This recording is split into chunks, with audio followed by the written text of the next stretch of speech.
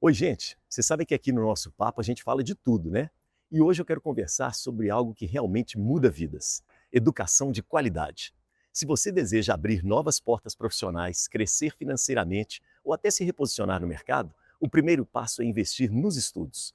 E escolher onde estudar faz toda a diferença. É por isso que eu sempre indico a UNA para quem quer começar uma faculdade com os pés no presente e a cabeça no mercado de trabalho.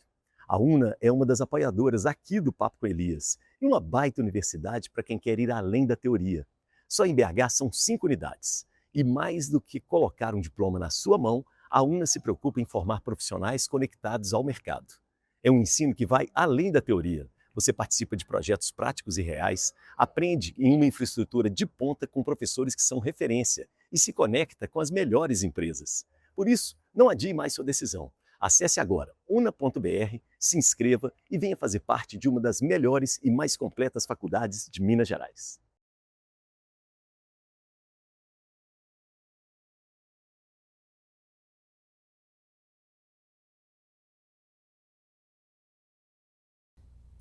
Muito bem, a gente vai começar mais um papo aqui, né? O Papo com Elias, que a ideia é aquela, não é? Todo mundo tem uma boa história para contar, gente.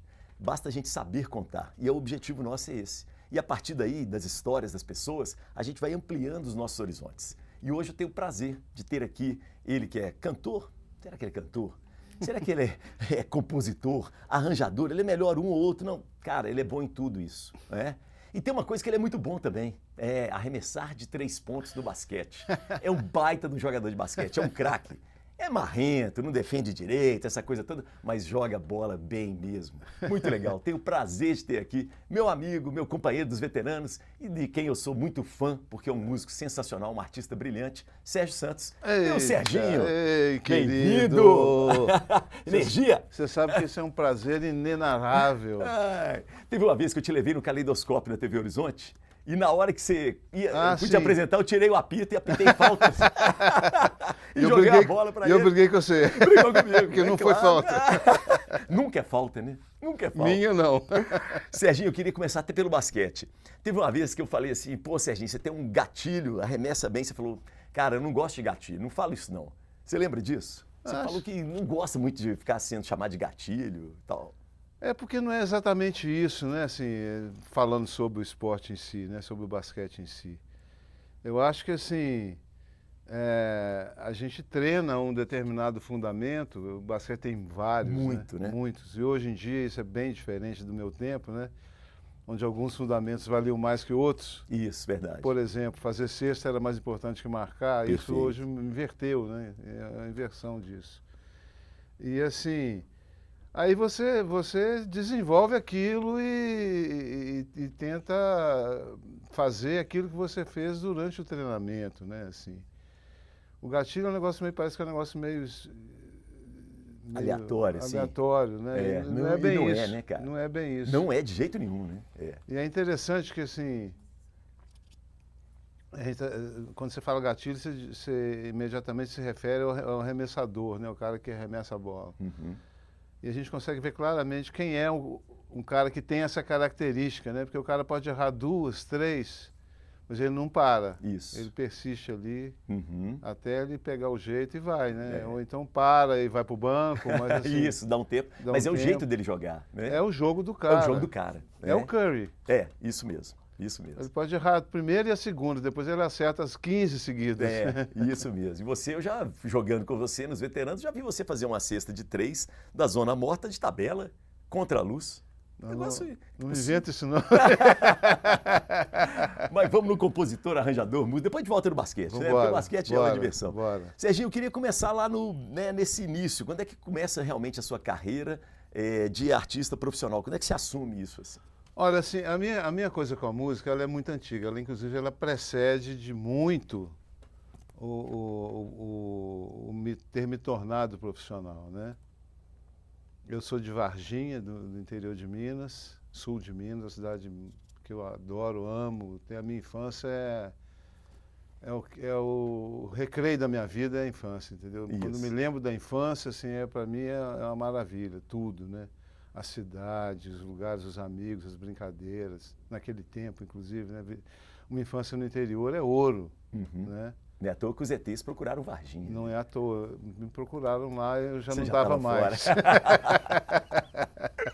Legal. Então a música começa lá. A música começou lá. Eu lembro que eu era É. criança, bem criança mesmo, uma das primeiras lembranças que eu tenho de infância, assim.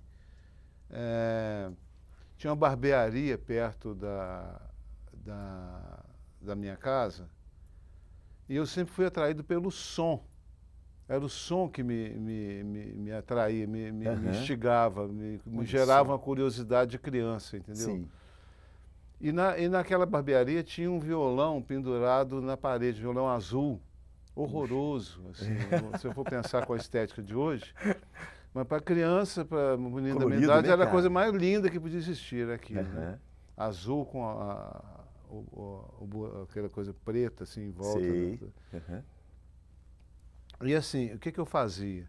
Eu sabia que em um determinado horário do dia sentava um cara lá e tocava o violão. Poxa, Então eu cara. sentava na porta da barbearia e ficava barbearia. esperando o cara Quero chegar para ele tocar, para eu ficar ouvindo o que Gente, é. que história legal, hein? Porque eu já tinha Bonito isso. uma afinidade com o som. Aí depois eu me lembro do meu primo, olha que coisa isso, meu primo batucando. Eu Sim. falei, caramba, isso aqui gera som. Com Gera ritmo. som com ritmo. Aham. Entendeu? Então são os tambores do congado que passavam Era na frente muito da minha feliz. casa, entendeu? Aham. E aquele troço eu ficava assim, o que é isso? Que som que é isso? Para onde é que isso vai? Entendeu? Aham. De onde que isso veio? Era tudo... eu era provocado pelo som. Rádio, você ouvia lá em Varginha? Ou pouco? Sim, sim, muito. Eu ouvia demais. Junto Mas com aí seus já é pais. outro momento, né? Tá, já é mais outro pra momento, frente. mais pra frente, tá. E aí depois, a época do rádio era a época do iê, né? Isso. Dos Beatles, daquele estouro todo, aquilo assim. E foi quando eu comecei a ter contato com um instrumento que eu toco, que é o violão. Eu lembro que minha prima deu um violão, emprestou um violão pro meu irmão, o violão ficou lá em casa. Não voltou mais. Não voltou mais. Aí meu irmão aprendeu a tocar, meu irmão mais velho. Sim. Ele aprendeu a tocar, não sei como, não me lembro como, e eu ficava vendo ele fazer os acordes, assim, a mão dele, como que funcionava, e eu não tinha nem a capacidade ainda de fazer isso Segurar, aqui, né? de Você era segurar. pequeno. Era muito grande para mim. Se eu passasse por cima, a mão não chegava Isso. nas cordas. Entendeu? Aham. Aí eu virava o violão assim, Que isso, cara? Você tocava deitado? não tocava, eu ficava fazendo barulho. Barulho, legal. E eu ficava vendo que se eu apertasse aqui na corda, dava um tá. som, se eu apertasse em outro lugar, dava outro som. Então eu fui descobrindo os sons, como que isso funcionava dentro da cabeça, né? Como que isso... E o início partiu muito disso, da curiosidade de criança, né? Aí você vem para Belo Horizonte. Que é uma coisa, na verdade, que até hoje existe. Quando eu estou mexendo, por exemplo, com escrever para uma orquestra, Uhum. eu tenho que pensar no som que aquele instrumento tem, ele tem que estar dentro da minha cabeça. Aham. Essa curiosidade, ela tem relação com a curiosidade de criança, entendeu? Entendi. Aham. Mas aí, depois disso, eu cresci e fui pegando jeito de tocar, fui vendo meu irmão tocar, vendo outras pessoas tocarem, e me mudei para BH com 14 anos. Isso. Em 1970, época dura, né? Logo Anos depois do 70. AI-5 ali, né?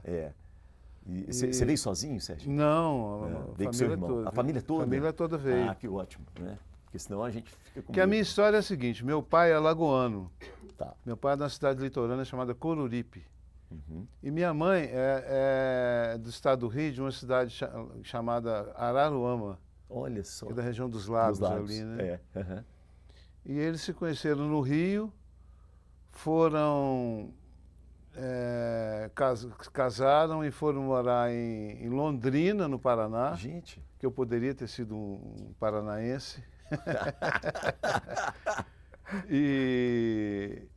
E depois eles se mudaram para Varginha e lá a gente nasceu os 3 irmãos. Interessante. E aí veio para Belo De Horizonte. lá a gente veio para BH, a família toda, então quer dizer, eu não tinha raiz em Varginha. Exato. Seus primos e primas talvez estejam no Nordeste e no Rio, né? Isso, exatamente.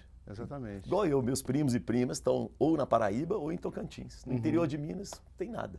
Aham. Eu sou um bicho da capital. Sim, sim. E eu Você sou o assustou muito contrário. quando veio para Belo Horizonte, Sérgio? Se eu assustei, É, foi uma perda, assim, é uma perda. né? É, porque eu perdi muita coisa, eu ganhei 14 muita anos, coisa, como todas as situações da vida são. Você perde coisas e ganha coisas, entendeu? Eu perdi amigos de infância que eu deixei de ver, porque eu não voltava, né? Eu voltei uma vez só, É mesmo. porque nessa época eu já jogava basquete, Ah, né? cara. Nessa época de infância, né? Sim, Eu voltei sim. uma vez só. Aham. E adolescência também, Você né? voltou jogando basquete. Eu saí de Varginha, a gente já era bicampeão infantil Poxa, do estado. que Saí de massa. Varginha e vim para cá e fui jogar primeiramente no Círculo Militar. Uhum. Aí eu não tinha ainda assinado a transferência, ia ter um campeonato estadual. Aí eles me chamaram para Jogar por Varginha. jogar por Varginha, aí eu voltei em Varginha. Mas eu cresci muito durante Sim, de sim, altura. é adolescente. Eu cresci né? 12 centímetros no ano. Caramba, Serginho. É. Nossa. Aí quando eu cheguei lá, as pessoas já me olhavam Assustaram, assim, meio opa. assustadas.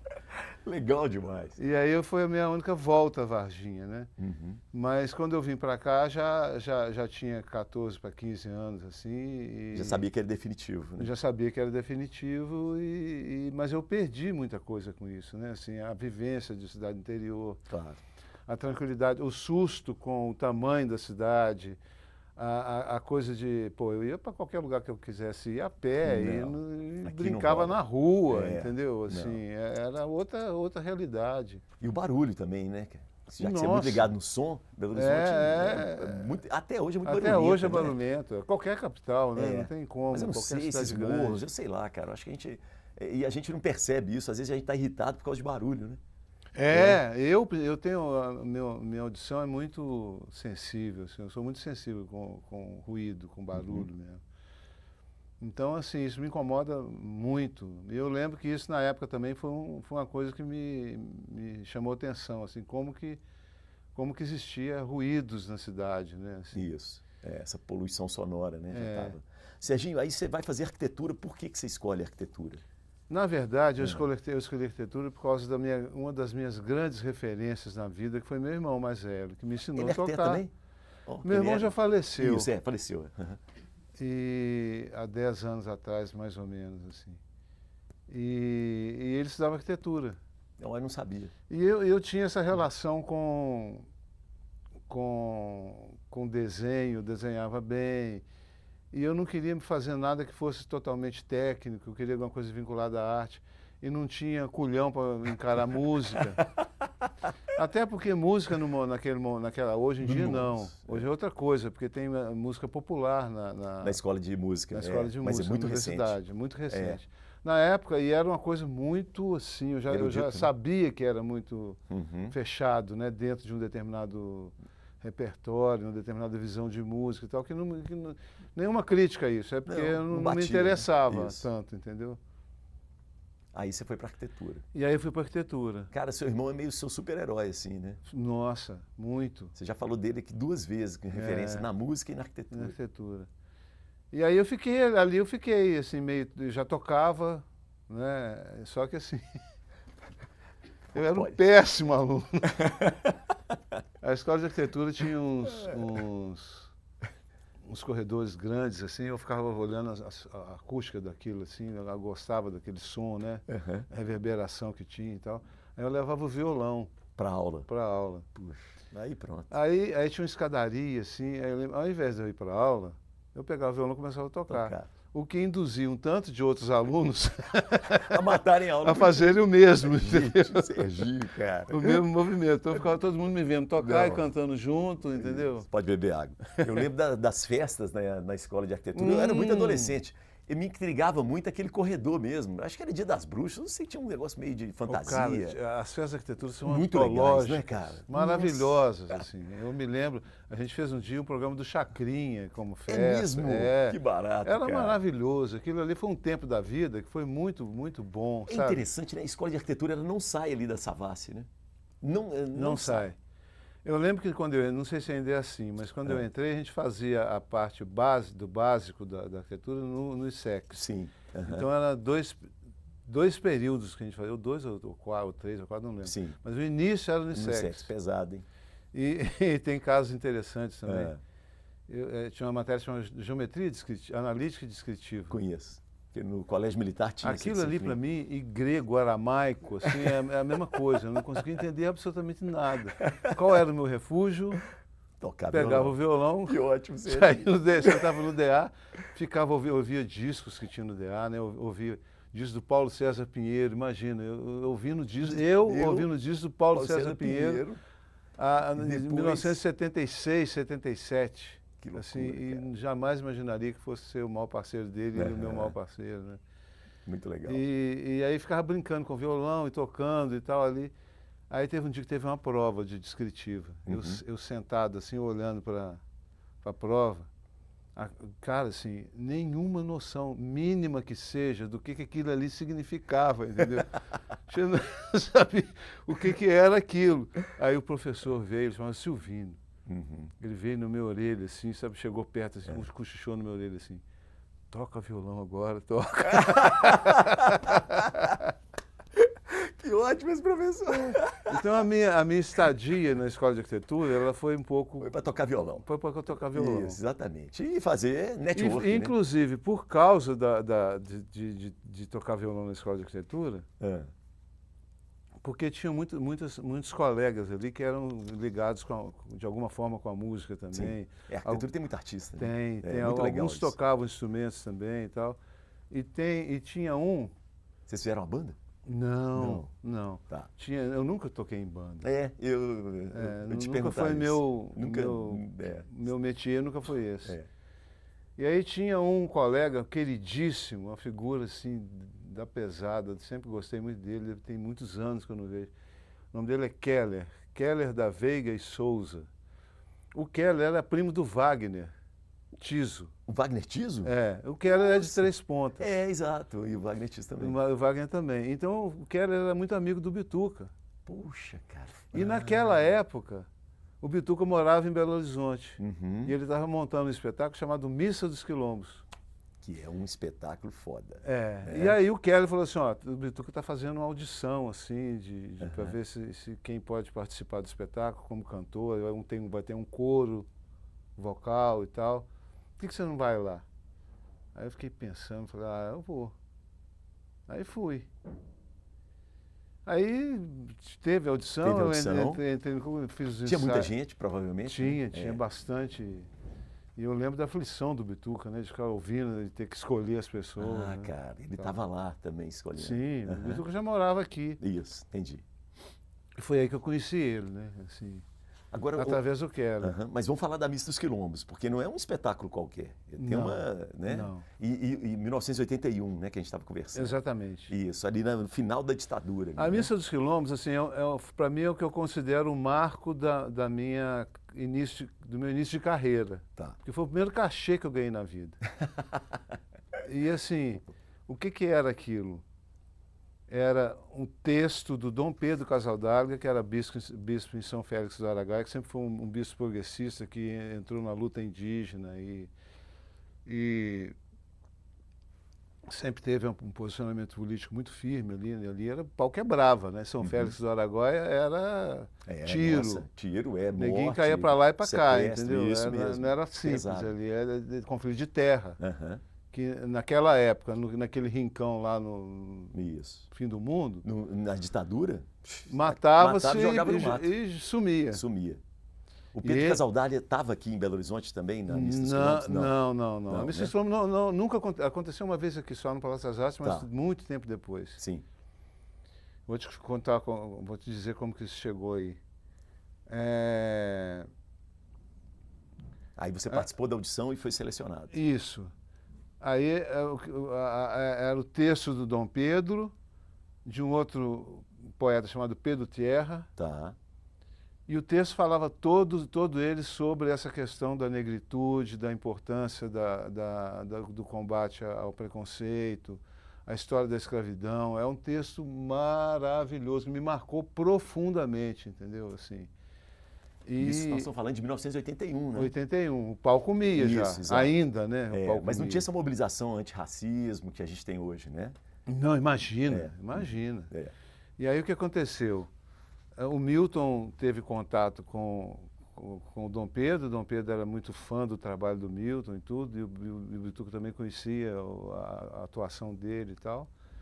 E eles fizeram uma missa com a estrutura mesmo da missa católica. Isso. Com todos os momentos ofertório, Sim, comunhão, né? tudo ali Isso. definido dentro É lindo. do coisa, tudo com música, né?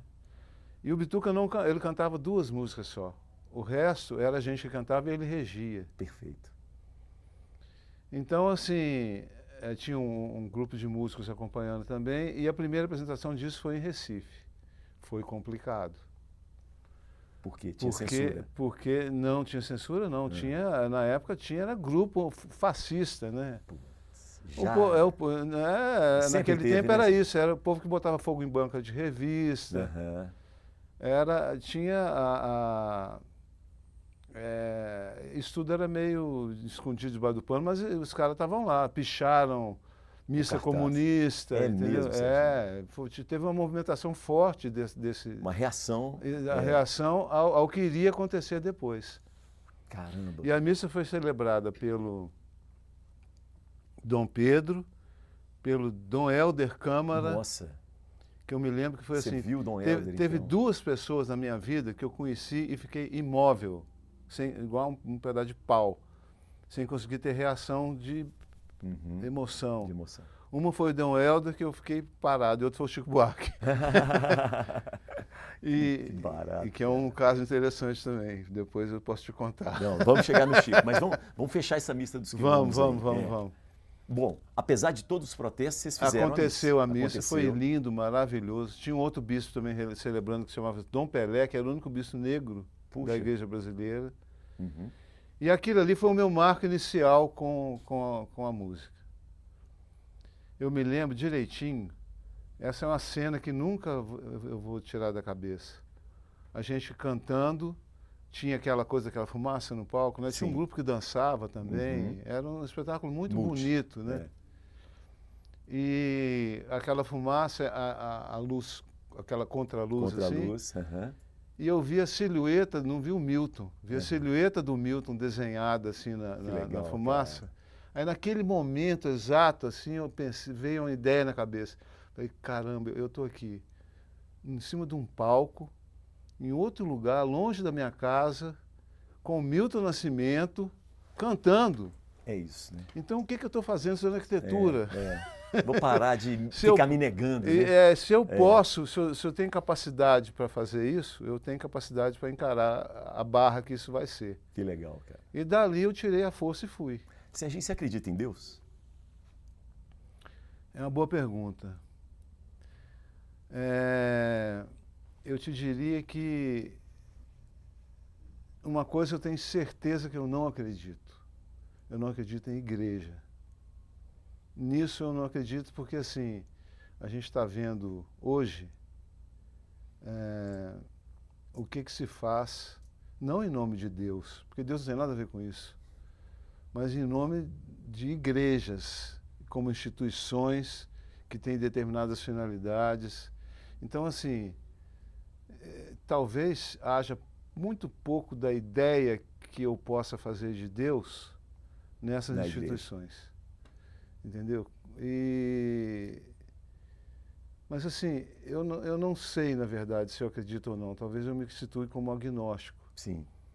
Mas assim, eu fico pensando que se Deus existir, assim, eu fico pensando que eu tenho que me mover de uma forma que ele fique satisfeito comigo.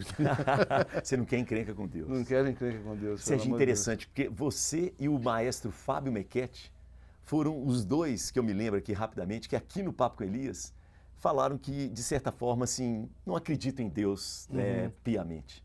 E o Fábio Mequete até falou assim, olha, eu trabalho com a técnica do ser humano, eu tenho que exigir o melhor dele, então Sim. eu não consigo, apesar de as pessoas às vezes ouvirem, né, os trabalhos da Filarmônica e remeterem a Deus e tal, mas ele falou, eu tenho uma dificuldade. Mas o Deus da religião, de praticamente todas elas, Eu gosto muito do Deus dos índios, assim, que não é um Deus, é É, um monte é de isso, Deus. A isso. montanha é um Deus, o rio é É um um Deus, Deus, a onça é um Deus. a roça é um Deus. Né? Isso Então mesmo.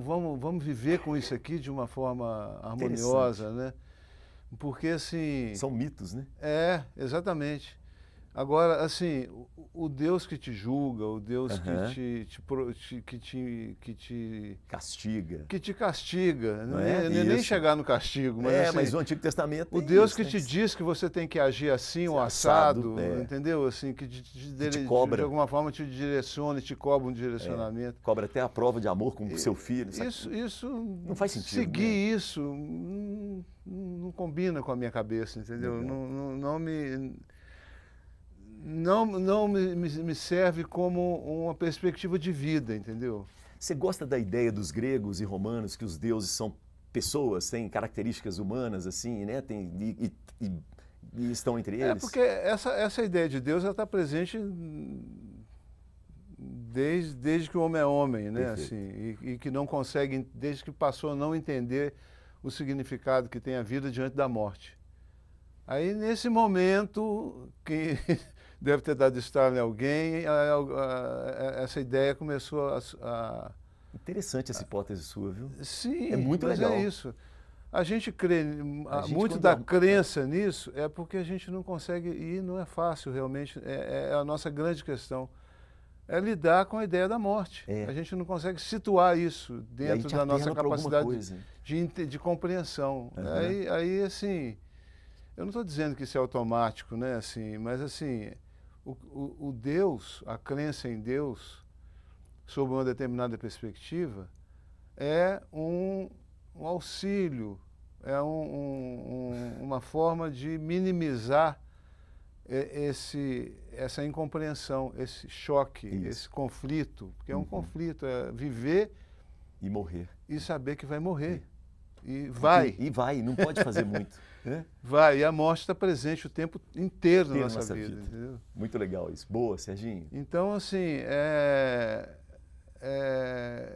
a minha resposta ela tende a ser essa, assim, eu vou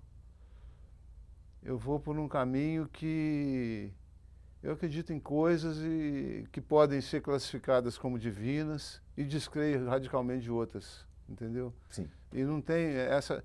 A minha questão é, assim, é Deus como uma figura. Eu prefiro entender Deus como uma força, como uma energia, alguma coisa que faz eu estar aqui, você estar aqui, a gente está trocando essa conversa legal. Entendeu? Legal. Muito bom. Serginho, só para Posso continuar? Claro, pode.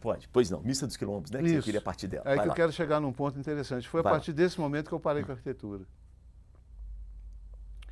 E tem um caso muito engraçado nessa história, que eu ficava dividido, né? Assim, eu tinha uma prova de cálculo, de descritiva, de sei lá o quê, Aham. e no mesmo dia eu tinha que estar em Porto Alegre, estou fazendo um show, ou tocando, acompanhando algum cantor, tinha um trabalho. Então, eu Não ia dava. abandonando, Isso. jogando a escola para o lado, né? Aí foram contar para um professor chamado Geraldo Lima, que eu tinha finalmente decidido abandonar a arquitetura e trabalhar com música. Que eu tinha tido essa decisão. Aí a resposta dele foi maravilhosa. Ele falou assim, que é o que me define se bem a situação. Ele falou assim, olha, que bom que o Sérgio optou assim, que ele fez essa escolha dessa forma, porque isso vai ser muito bom para a música. Aí deu uma pausa de uns 3 segundos, assim, e para a arquitetura também. Fez uma pausa dramática. Que legal, hein? Muito bom, Serginho. Pô, cara, legal demais. E aí você começa, depois da Missa dos Quilombos, começa a seguir sua carreira solo. Mas o primeiro disco é só em 95, não é isso? Até chegar no disco, Sim. teve um... Como é que foi isso aí? Porque assim, eu trabalhava muito como violonista. Uhum. Toquei com Tadeu Franco, o Saulo Laranjeira, quer dizer, eu acompanhava, né, Claro. como músico e tal. Mas com o Tadeu, que é um cantor espetacular, assim, como canta aquele cara, né? É uma coisa impressionante ele cantando, assim. Sempre fui muito fã dele. Você participava de shows ou de estúdio, as duas coisas? As duas coisas. Já produzi um disco dele. Perfeito. Já produzi um disco do Tavim Moura. Então, trabalhava em várias frentes, assim, né? E eu fui me movendo nesse sentido. Né? Mas sempre tendo como foco principal a composição. Tá. Sempre foi assim. Fazer música, compor, criar uma música, criar uma melodia, criar uma harmonia. Você gosta original, disso, né? diferente, com característica própria, né, assim, personalidade. Ter personalidade. Assim, isso sempre foi o que eu procurei. Isso é muito difícil, né, Serginho? Gasta tempo. Pois é. Gasta muito tempo e dedicação, sabe? Para se buscar ter um caminho que as pessoas escutam assim, 2 compassos para essa música. Opa, é do Serginho. É do Sérgio Santos. E numa época que a gente não tinha acesso à tecnologia como a gente tem hoje. Não, né? nunca. Tinha que estar ligado a uma gravadora, né? Então o que eu fazia? Eu participava de festivais. Ah, que legal. Que na época não eram mais os festivais como foram os festivais que lançaram o Milton, Caetano, Gil, sim, que eram Dori, da Record, né? Edu. Isso. Mas era festival de interior, né? Sim, de cidade do interior. Isso é legal. E tinha um festival que era muito legal, que era em Avaré, no interior de São Paulo. E aí, eu me lembro até que assim, eu tinha um trabalho com o Tadeu. E eu falei com ele, cara, olha, esse aí eu não vou. Que foi um outro marco também, assim, tipo, eu tenho que correr atrás do meu trabalho, isso. né? E não ficar como um suporte da carreira de outros. Eu sentia que eu tinha capacidade para fazer isso, não tem nada contra quem faça. Perfeito. Mas eu senti que eu tinha essa capacidade. Aí fui para Avaré, já tinha até participado de um outro festival em Avaré, com o Tadeu também, tinha ganho o festival. Aí esse eu fui sozinho, com uma música minha, só minha. E ali eu conheci um monte de gente, conheci os expoentes da minha geração. Assim, ali eu conheci o Lenine, conheci o Chico César. É mesmo? O Jorge Versilo. E um cara que foi especialíssimo para minha trajetória, que foi o Moacir Luz. Nossa, sambista do Rio. O Mo foi assim... E a gente tinha muito essa coisa ali naquele ambiente de mostrar coisas um para o outro. Né? Então a gente sentava no hotel assim e ficava tocando um para o outro. Aí eu toquei um monte de música e um tanto delas, assim, tudo sem letra. Aí o Mo virou para mim e falou, olha, a próxima vez que você for no Rio, vou te levar para você conhecer um cara. Eu falei, legal, ele vai gostar muito de conhecer suas músicas, que eu sinto que você tem um monte de melodias lindas, mas você não tem letra. Não tem letra. Isso sempre foi difícil para mim, porque eu tenho uma produção muito... Intensa, eu sou workaholic. Eu faço muito, jogo um tanto fora, entendeu? Mas eu faço. Isso. Então eu queria alguém que encarasse essa produção, entendeu? Aí Você queria um parceiro, né, Sérgio? Queria um parceiro. Eu já até tinha alguns, o Tadeu, o Murilo. Né, o Murilo foi meu primeiro parceiro, o Murilo Antunes. Murilo Antunes. Mas não era aquela coisa de encarar a minha produção, entendeu? Sim. Aí, a vez seguinte que eu estive no Rio, fui na casa do Moacir, ele falou, vou te levar na casa desse cara. Aí eu falei, putz, ele não falava quem era o cara. Não falava quem era. Aí entramos num táxi, fomos parar no Itanhangá e bateu na porta, assim, ele bateu na porta, tocou a campainha. Aí abre o portão assim, a casa, né? Abre o portão, olhei, era o Paulo César Pinheiro. Naquele momento ali, quase que eu caio para trás. Porque o Paulinho sempre foi referência máxima para mim de estética poética da música brasileira. Assim. Ou seja, o Moacir fez a ligação, né, cara? Inteligentíssimo, hein? Falou, isso aqui é Paulo César Pinheiro. Assim, naquele momento ali, existia uma questão que era, o Paulinho, ele fazia muita música com o Ginga. E eles romperam essa parceria. Então ele sabia que o Paulinho precisava de alguém. E sabia que eu precisava de alguém. Cara, o Moacir Luz é sensacional, hein? Sensacional. Devo muito da minha vida ao Moacir. Não, e o Paulo César Pinheiro também, né? Não, aí Porque nem se fez fala. o link. É muito legal, Aí cara. tem uma história interessantíssima, que a gente entrou na casa dele, Sei. conversamos pra caramba, fez um churrasco, eu nunca tomei Ele é cerveja. peça rara? Você não tem noção. É, É aquele sujeito meio calado, isso, é. a hora que ele abre a boca, toim, Então, vai no ponto, entendeu? Ele não erra o ponto. Uhum. Mas assim, conversamos muito e tal, pintou um violão, toquei um monte de coisa para ele, assim e tal. Mas assim, eu não tive coragem de virar para ele e propor uma parceria. Parceria, é. Eu me apequenei ali Não, naquele momento. mas é difícil, né, Serginho? Cara, para mim, aquele cara era um monumento, não era uma pessoa, entendeu? Era um negócio que para mim era muito longe da minha capacidade de entender uma parceria, assim e tal. Sim, sim. Porque sempre, de fato, foi referência. É. Uma das músicas que me fez mais querer ser músico na vida é dele e do Dori, que chama Desenredo. Uhum. Por toda a terra que passa, Não, linda. me espanta.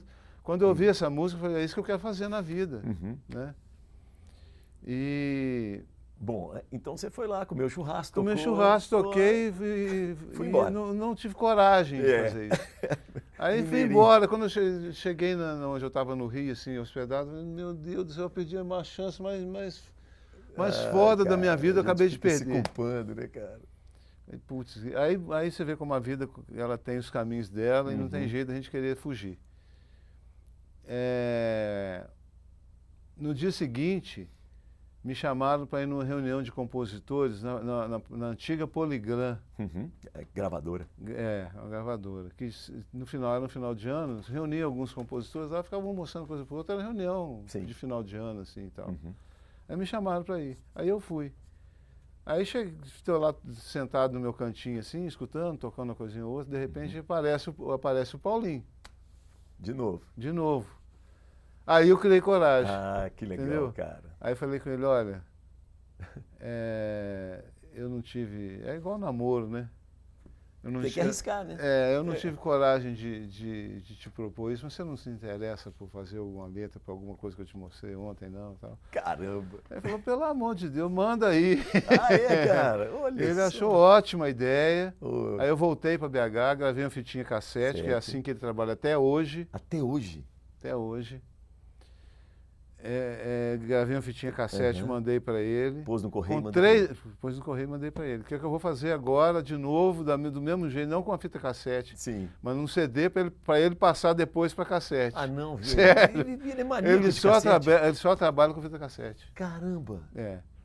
E aí eu botei três músicas e falei com ele, ó, desculpa mandar 3, mas assim, se você não gostar da primeira, tem a segunda, se você não gostar da segunda, tem a terceira. E se você não Se não gostar gostar, de tem a nenhuma, quarta, tem a se você quinta, não assim. gostar de nenhuma, tá tudo certo, não tem problema. Segue o jogo.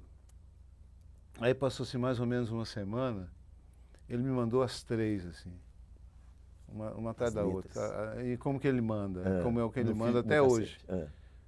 Ele me liga e me passa por telefone e eu escrevo. Que isso, velho? Então ele é meio sistemático, né? Não, ele Não. não tem contato com a tecnologia. Não? Ele não tem. Ele não quer, né? Nem celular ele tem. Putz, cara. Nunca se interessou por isso, entendeu? Então ele funciona com as coisas Desse que ele jeito. sempre funcionou na vida, do jeito que ele sempre funcionou. Sem complicar a vida. Não tem. É a vida simples, né? Que barato, Sérgio. E aí começou a minha parceria com ele, que vem até hoje com mais de 300 300, músicas. né? A última vez que eu lembro que eu vi era 200. Já A gente só parou 300. recentemente agora, ele resolveu fazer um hiato assim na prática dele de escrever, né? Ele está com Resolveu dar quantos anos, Sérgio? Paulinho eu tenho vou fazer 70, ele vai fazer 77, Tá. Uhum. em abril. Abril? É Caramba, agora, é então. agora. Ah, foi agora. Ah, não, tem um show. Nós estamos gravando hoje, 17 de abril. É 20, agora. 20, É isso 22 mesmo. de abril, alguma Isso coisa mesmo. assim. Eu até divulguei um rapaz, Breno, alguma coisa. Que Breno ele Ruiz. Breno, isso, fazendo homenagem essa semana pro Paulinho. Paulo César Pinheiro. É. Que coisa, olha Então, só, hein? Pois Que é. coincidência. Nunca é. Muito, nunca é. A gente Mas não sabe aí, explicar. E aí- daí começou tudo. Que barato, cara. Nossa. E assim, o primeiro disco Uhum. já veio dessa parceria. Porque antes disso, meu primeiro disco eu já tinha já mais de... já tá beirando os 40 já. Uhum. Aí Eu depois... achava que eu precisava ter uma obra que justificasse fazer um disco. Eu nunca achei interessante fazer um disco por fazer um disco, por falar que Perfeito. tem. Uhum. Eu tinha que ter alguma coisa a dizer, entendeu? É. Esse primeiro disco é na Quarup? Não, Não? Esse é independente total? não. Esse primeiro disco saiu por uma gravadora chamada Saci, Tá. Uhum. que é de um... Era, né? Não é mais. De uma pessoa também que foi fundamental na minha vida, que é o Maurício Tapajós, Pô, bom, muito bom. que era um puto compositor e ele começou a fazer um selo para abrigar as pessoas que ele gostava e que não tinha espaço nas gravadoras. Porque a gente não tinha espaço nas gravadoras, né? Nenhum. Tem história, viu, Elias? Putz, grilo. Não, mas não tem problema não, vai desenrolando aí. Agora, tem uma outra pessoa que eu gostaria também que você falasse um pouco sobre ela. Clara Nunes. Não conheci. Não conheceu? Não tive contato nenhum com ela. E quando eu conheci o Paulinho, Isso. ela já tinha ido. Tinha, porque ela foi em O 80. Paulinho já era ela se apresentou. casado com a Luciana Rabelo, Sim. que é um grande musicista, cavaquinista, irmã do Rafael Rabelo, né, que é um maior violonista que esse país já teve. E já tinha 2 filhos, já, os 2 Mas filhos. o Paulo chega a falar dela, chegava a falar alguma vez? É um assunto meio... Então é um pouco íntimo, né? Íntimo, assim. né? Eu sei que uma vez ele já me contou a dificuldade que foi quando ela foi embora. É. Porque foi um período muito difícil para ele, porque ela ficou muito tempo internada, e aquela comoção toda, aquela história. E ele no centro daquilo ali também, então foi muito difícil. Quem segurou a barra dele foi o Chico. Chico Buarque? É. Então vamos voltar pro Chico. Como é que você conheceu o Chico? Tá vendo? É tudo. O roteiro aqui, cara, tá na mão. Chico Buarque, você disse que tem história boa com ele. O Chico foi o seguinte, eu estava no Rio, aí me chamaram para jogar uma pelada lá no Politeama. Não, você não joga futebol não, Serginho, para com isso. Eu sou péssimo. Ué, Mas quem vai te tinha chamar pra uns jogar muito pelada? pior do que eu ainda. Ah, duvido. Aí lá fui eu, Jogar pelada com o Chico? lá no Politeama, já Chico. tremendo, né? Porque o Chico, pô. Aí o Carlinhos Vergueiro, que é um Sim, compositor claro. também e tal, ele me pegou de carro para ir para lá e falou assim, antes eu tenho que passar lá na casa do Chico. E aí, assim, eu lembro que antes disso eu contei uma piada para ele, que ele riu pra caramba Você da é bom piada. de piada, Serginho. Eu sou bom de piada. Você tem essa cara sua Eu meio não séria, posso assim. contar essa piada aqui, Não, não me peça, Tudo bem, porque tudo ela bem, é muito, tudo bem, é muito pesado. inapropriada. Inapropriado. Independente do horário, ela é inapropriada. Aí, depois você acabou de contar. Eu nem sei se eu quero ouvir essa piada, Serginho. Aí, eu contei a piada, ele morreu de rir, e lá fomos nós à casa do Chico. E eu tenso pra caramba, né? Imagina, assim, né? eu pensando assim, caramba, eu vou entrar na casa do Chico Buarque de Holanda. E o pior, eu não jogo bola. Vou pagar 2 Não, mil. isso nem era preocupação. Eu acho que devia se preocupar com isso. O França era muito pior do que eu. Que bom, hein? Era horroroso o Francis, nossa senhora, era péssimo. O Francis, fala quem é o Francis. Que eu sei Francis Raime, meu Isso, parceiro por favor. querido. Isso. E Você foi pra casa do Chico. fui pra casa do Chico. Aí cheguei lá, ele morava na Gávea. Era casado com a Marieta ainda, né, e tal. Aí entrei assim, fiquei ali me olhando, daqui a pouco chega o Chico. Aí chega o Chico e eu travei. De novo. Do mesmo jeito que travei Travou quando do Paulo eu travei, mas fiquei assim, imóvel, assim, sabe? Aquela coisa meio pétrea mesmo. Aí o Carlinhos viu, notou que eu estava completamente desconfortável. Ele virou para mim e falou assim, ô Sérgio, faz uma coisa, conta aquela piada que você me contou, conta pro Chico. Ô, cara. Pô, o Carlinhos foi muito bom. Mas como é que eu vou fazer aqui agora? Porque assim, ver, né? eu vou ter que contar a piada, assim, se ele rir, eu tô salvo. Se ele não achar graça, Bicho. eu suicido. Dramático demais. Entendeu? Isso é dramático. Imagina, você contar uma piada pro Chico Buarque, no momento que você conhece ele não achar graça nenhuma. É um horror, bicho. Pô, pro mineiro isso é difícil, Nossa né, cara? Senhora. A gente é muito na nossa. Bom. Aí eu Aí você contei contou a piada que para você ele. não pode contar pra mim. E ele simplesmente morreu de rir. E aí acabou. Cara, você tem que contar essa piada, Serginho. Não, agora não. Tudo um pouco, cara. Não é possível. Não é possível. Não. Nós vamos gravar no celular ali É fora. uma piada bem cabeluda. É né? bem cabeludo. E aí ele se abriu. Aí sim, aí nós vamos jogar pelado, e foi maravilhoso. Ele é chato, nossa, pior do que eu na quadra, É jogando mesmo? basquete. Puxa, não quero jogar bola. Nossa, era insuportável o Chico, bicho, ele não quer perder de nenhum... Então, aí ele rouba, enche o saco. Era a partida, ela era ou tantos gols ou por tempo. Tá. Aí ele roubava, quando o time dele perdia, ele roubava para levar para o tempo, ao invés de levar para a quantidade de gol, entendeu? A peladeira é um problema. Foi um horror, assim. Mas assim, depois eu encontrei com ele outras vezes, não tenho relação com ele e tal. Mas legal esse Provavelmente ele não se lembra de mim, mas eu me lembro. Mas ele vai lembrar da piada. Se você da contar piada ele vai lembrar, velho. Eu me lembro que ele já falou de mim há muitos anos atrás numa entrevista. Que legal, Para mim foi uma glória e tal, né? A piada do Mineirinho. É a piada do Mineirinho. É um Mineirinho. Até o final do programa nós vamos contar essa piada de um jeito ou de outro, nós vamos dar um jeito. Sei que ela é cabeluda, só sei disso. Mas assim, voltando à trajetória... Isso. Naquele momento, a gente não tinha espaço em gravadora. Eu me lembro que teve um festival que era do Carrefour. Uhum. Eu ganhei o festival. E o primeiro lugar ganhava uma grana, que era uma puta grana. Eu me lembro que eu comprei um carro zero na época com o dinheiro do festival. Boa. E um disco lançado pela Sony. Caramba! Era um puta... Bicho, a hora que aconteceu, eu falei, cara, eu sou em São Paulo, final, tal, no Ibirapuera. Falei, pô, a minha vida tá feita. Qual música que era, Serginho? Ah, não tenho, nem me lembro. Nem me lembro. Você não lembra da sua música que ganhou o Festival do Carrefour, comprou um carro? Que isso, cara? Você tem música demais. Eu não tenho a menor ideia de nem como era, nem o nome da música eu me lembro. Não acredito. Mas ali eu conheci o Rodolfo Streuter, que foi meu produtor, e ainda tenho uma relação musical com ele fantástica e tal. E ganhei. Aí a vida está feita. Com a Sony, né? Oh. Aí passou-se o tempo e nada da Sony entrar em contato. Aí eu entrei em contato. Aí o LP, que era um LP, assim, ele deixou de ser um LP para ser um compacto. Compacto, com duas músicas. Com uma música de um lado e do outro. Eu já comecei a ficar puto. Ok, então já que é assim, vamos fazer. Compacto. Quem você quer que toque, que músicas são e quem você quer que toque? Aí, isso eu em contato com a Sony, né? Era o diretor artístico da Sony e tal. Eu não vou falar o nome dele porque vai pegar mal. Tá. Depois na buzina a gente fala. Mas aí era um compacto, quem que você quer que toque? Aí, assim, Rafael Rabelo, escolhi os caras que... Um time bom, né? Era o melhor time que eu podia montar ali. Aí o cara falou assim, não, isso aí tá muito caro, não dá para fazer. Aí, aí acabou virando uma música só. Aí eu liguei pro cara e falei, vem cá, esse negócio tá muito estranho. Aí o cara falou assim comigo, escuta, você não está entendendo, nós não temos nenhum interesse no seu trabalho. Nossa. A companhia não se interessa pela sua música. Nós estamos cumprindo um contrato que nós fizemos com o Carrefour.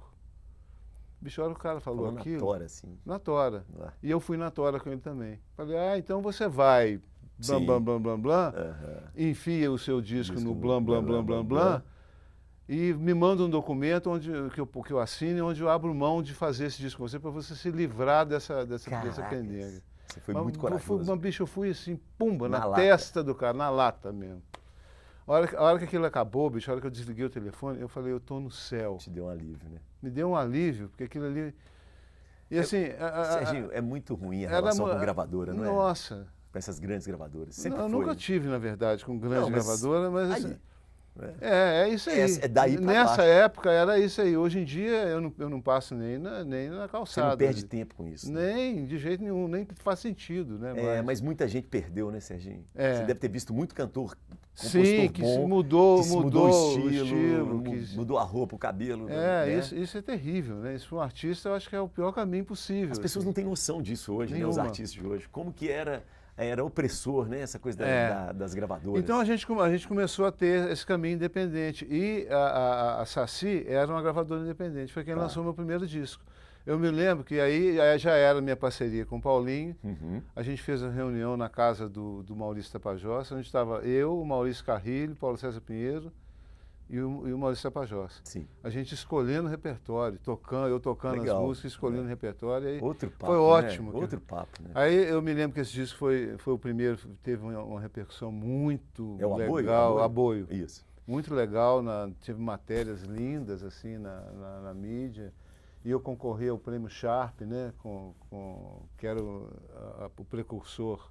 Depois foi... Lembro demais. Que é do Macellini, né? Macellini, é um prêmio importantíssimo. Era o principal prêmio. Você foi em outras vezes também, você não foi? Ou não? Não, foi só essa? foi só essa. Eu lembro, você repercutiu muito aqui em Belo Horizonte. É. O Serginho, Dori Caymmi.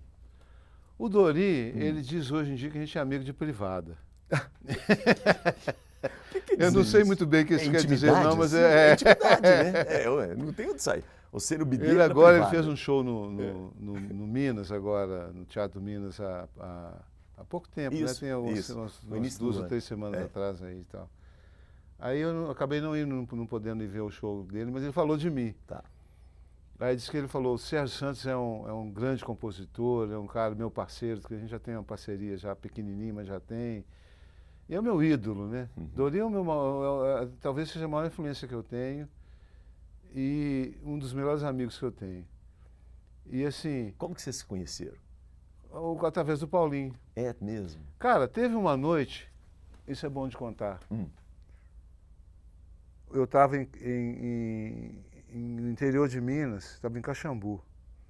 Aí o Paulinho me ligou e falou, olha, você tem que vir para cá, porque amanhã tem um jantar na casa de não sei quem, que acho que era uma ex-mulher do Edu Lobo. Onde vai estar o Edu Lobo, o Francis Raime e o Dori. E eu queria que você viesse para você mostrar o seu trabalho para essas pessoas. Aí eu falei, o quê? Regalei um olho desse tamanho, falei, meu Deus, caramba, tremi, comprei a passagem de ônibus e pimba. Chegou de noite, entrei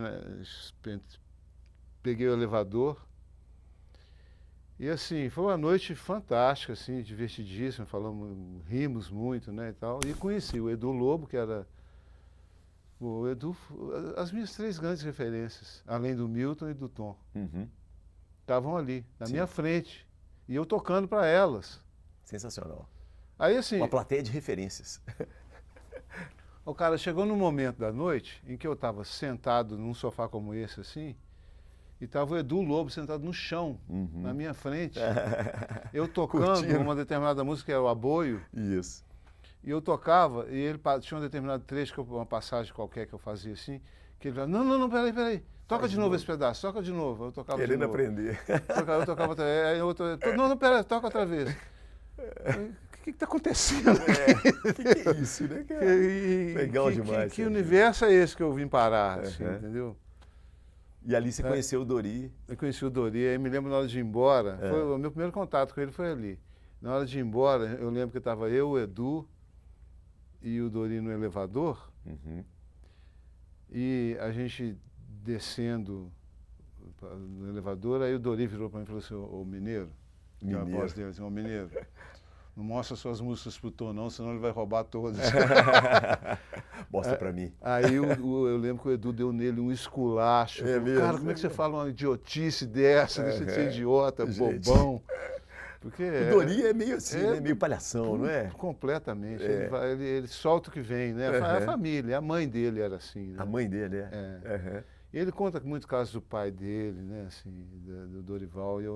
Ontem mesmo fiquei 1h30 com ele no telefone. Que isso, Sérgio? A gente liga e fala de tudo, de futebol,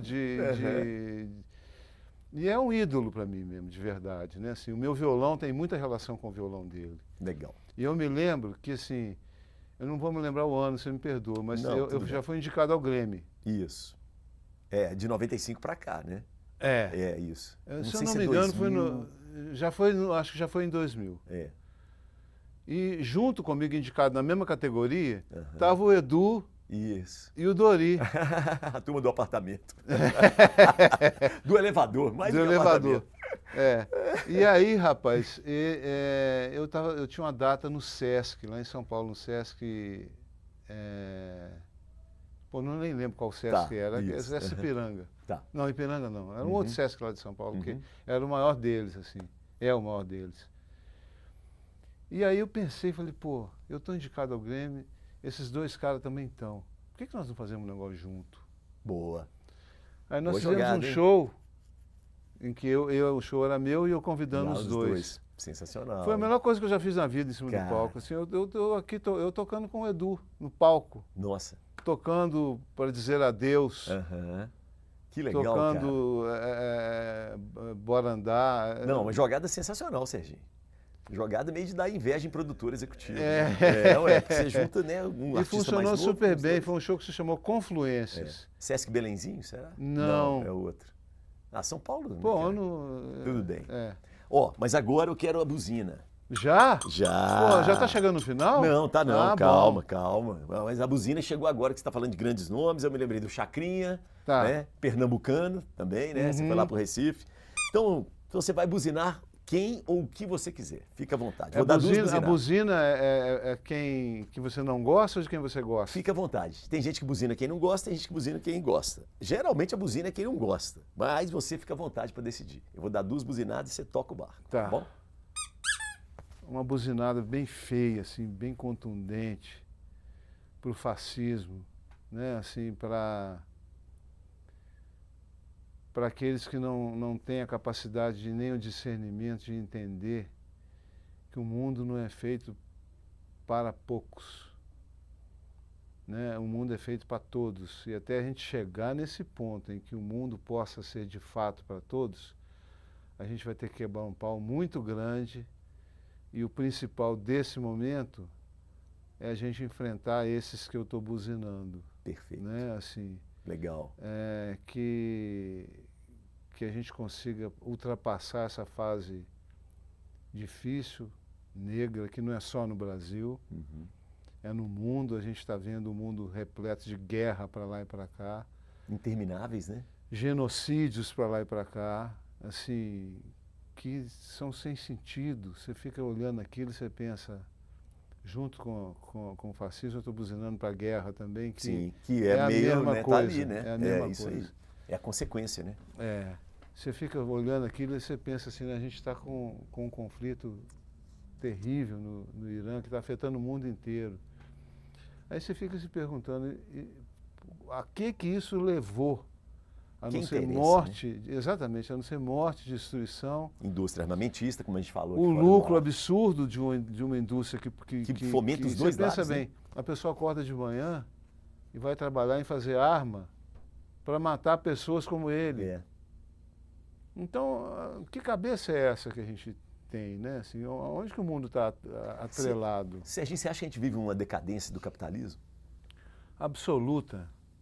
Né, assim, eu acho que as contradições que o capitalismo tem, elas estão, a meu ver, né? Eu não sou um teórico. Não, sou, mas do seu ver. Eu gosto da sua análise. Eu acho que ele está chegando a um determinado ponto de contradições internas do próprio capitalismo, em que, se não houver uma mudança, isso afeta o próprio sistema. Perfeito.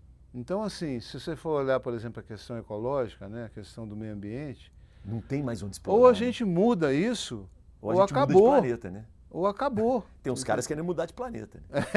Eles atrapalham o planeta e vão embora. Vão embora. Ou raça, hein? Mas, assim, é uma coisa que compromete a espécie.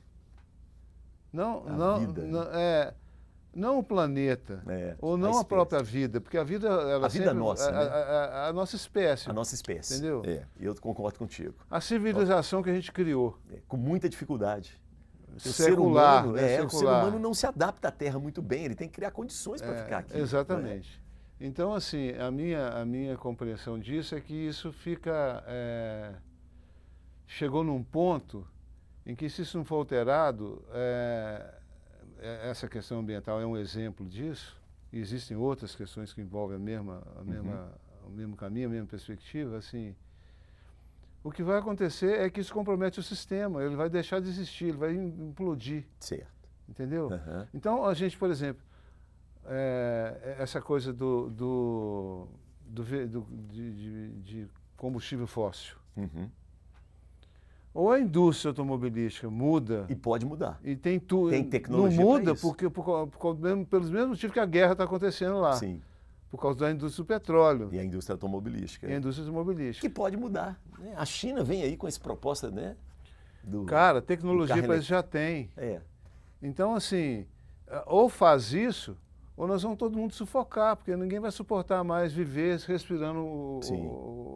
a temperatura na Terra vai subir, não sei quanto. É muito É um claro. processo É. que, se não for mudado, a gente se compromete. Então, para a gente não se comprometer, a gente tem que mudar, Uhum. entendeu? Essa Legal. mudança, ela vem das próprias E vai vir por bem ou contradições. por mal, né? Não tem tem jeito de jeito, né? escapar, entendeu? Quando você fala em contradições, você vai lá no velho e bom Marx, né? Acaba não é? sendo, acaba sendo. O cabeça branca Marx tem É. razão ainda, né? Ele analisa o capitalismo de uma forma brilhante. Quem falava isso era o Delfim Neto, você sabe? Foi ele que descobriu Ele essa falou, parada melhor, toda, né? maior análise sobre a O economia. Marx, quando o Marx escreveu o Capital, era um momento muito distinto, né? Assim, era um momento em que o capitalismo estava se estabelecendo de uma Isso. forma que ainda não era nem o imperialismo, Não. nem o capitalismo industrial estava começando a acontecer, Sim. né? Então, assim, as relações que ele analisou foram aquelas daquele momento em que ele viveu. Aqui isso tudo foi mudando, mas existem alguns princípios Nossa. que estão Que batem ali. direitinho. A Você mais-valia acabou de existe. falar. A mais-valia existe. A luta de classe existe. A luta de classe existe, É, entendeu? a decadência do capitalismo. Né? Sim, O Marx previa isso. veio passando por momentos, processo. e a gente está vivendo um momento desse, Uhum. né? Interessante. E que os embates vão... Você imagina o que a geopolítica vai levar? Se por exemplo, o bloco do BRICS, por exemplo, né? Que vai estar se ampliando, tá Isso. buscando ter uma atuação mais ampla, né? Se isso se expande e começa a questionar, como já está acontecendo, a predominância do dólar, né? Uhum. O que vira a economia do mundo?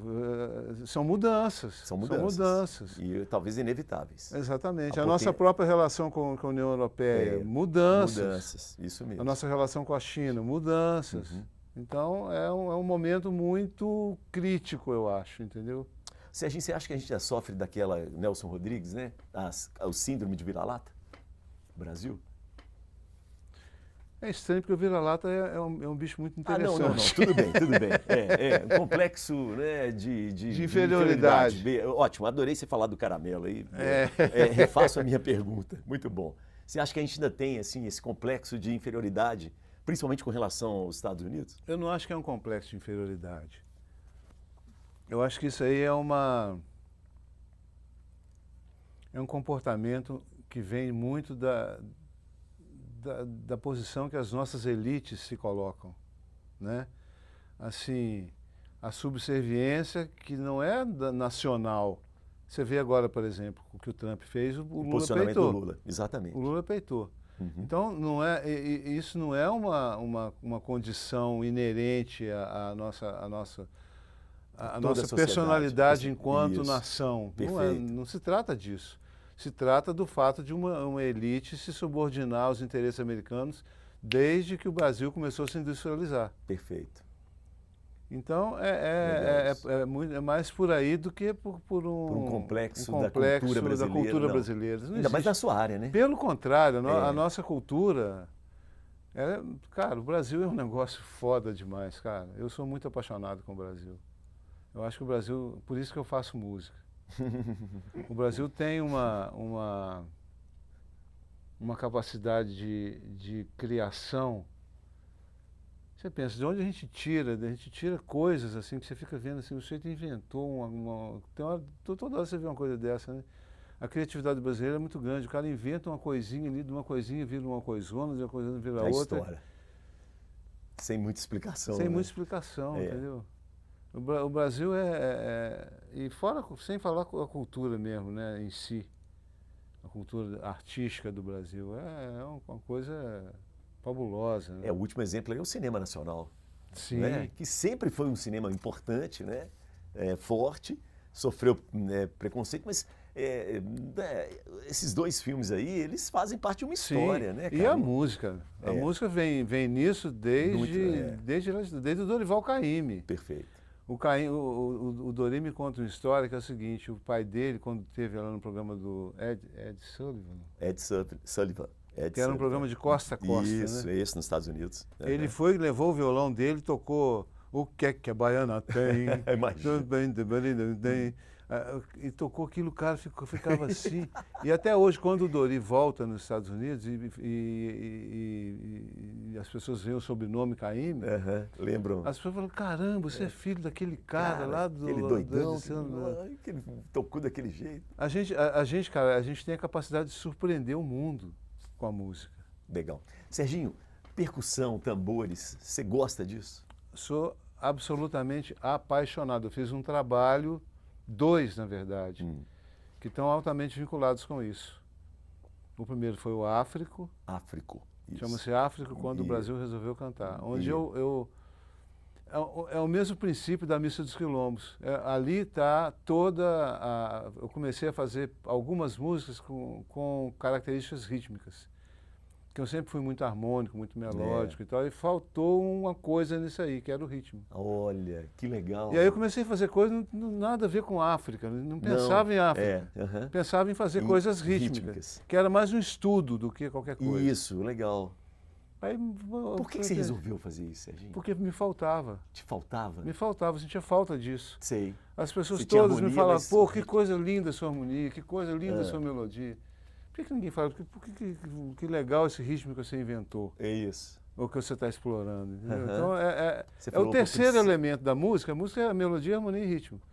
O terceiro elemento que eu não trabalhava tão bem quanto eu achava que tinha que trabalhar. Aí nisso eu fui. Você foi profundo. E aí nisso aí, eu descobri um caminho que eu falei, eu vou nele, de composição. Entendeu? Entendi. Aí eu tinha umas 4 ou 5 músicas feitas disso assim. Aí eu falei, eu vou mandar isso pro Paulinho. Aí mandei. Aí depois que eu mandei, eu pensei assim, caramba, isso aqui tem cara de África. Porque é óbvio, né? Assim, se você é brasileiro e pensa em ritmo, onde é que você vai bater? Foi Nos eles que tambores. trouxeram a parada, Perfeito. entendeu? E é interessante que os diferentes ritmos que o Brasil tem, em cada região, vieram de diferentes lugares da África, dos negros que vieram com a escravidão de lugares diferentes. De origens diferentes. Perfeito. Né? Então daí que eu fui. E foi muito legal, porque aí eu falei com o Paulinho, falei, olha, isso aí tem uma cara de África. Então se você... E é rítmico.